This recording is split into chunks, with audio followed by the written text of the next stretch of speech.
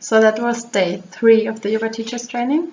I have to say I find it quite easy to get up at 6, then go drink a tea, do the nasal cleaning outside, and then the asana class at 7 until 9.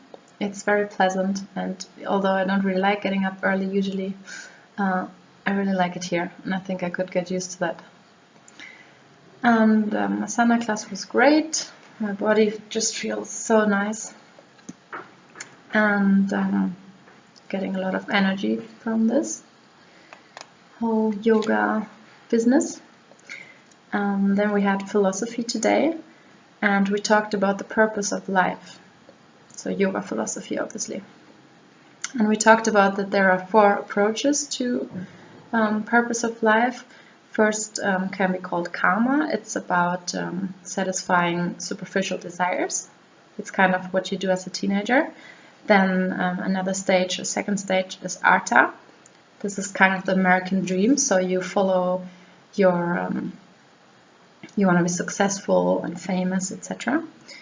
Then the next stage is dharma. So that would be that you allow your heart to open and to love and to sacrifice your own desires for others, you know, to give selflessly. So that can be another purpose of life. And then the 4th stage is moksha, liberation. Because in the first 3 stages you're always kind of dependent on other things. Karma on your satisfaction of your desires, artha on your success, dharma on other people, that they stay with you like the people you love. And in moksha you would be free of all that and you would just be happy with yourself. Love yourself completely. Exactly. And he was asking us the question whether you can sit for a day with yourself without going crazy, and was saying that a lot of us are used to running away from ourselves all the time. We're distracting ourselves constantly, and it's kind of surprising that most of us are not able to just be with ourselves for just a few moments, or maybe for a few moments, but not for a few hours or something, like really in peace and happy without distracting ourselves. Yeah. And he said it's a prerequisite for doing yoga that you love yourself, that you accept yourself, because only then can you do yoga, because yoga is self-study and self-development. Then he also, the philosophy teacher, his name is Vijit, told us about the Yoga Sutra, 195 verses that describe the yogic system. And Patanjali has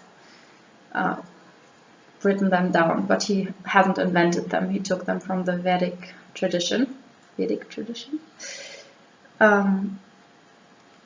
But he kind of systematized it, so he's often considered the father of yoga. Yes. So then we had anatomy and physiology class, and we talked a bit more about the brain. And also a bit, there was still some philosophy going on as an introduction.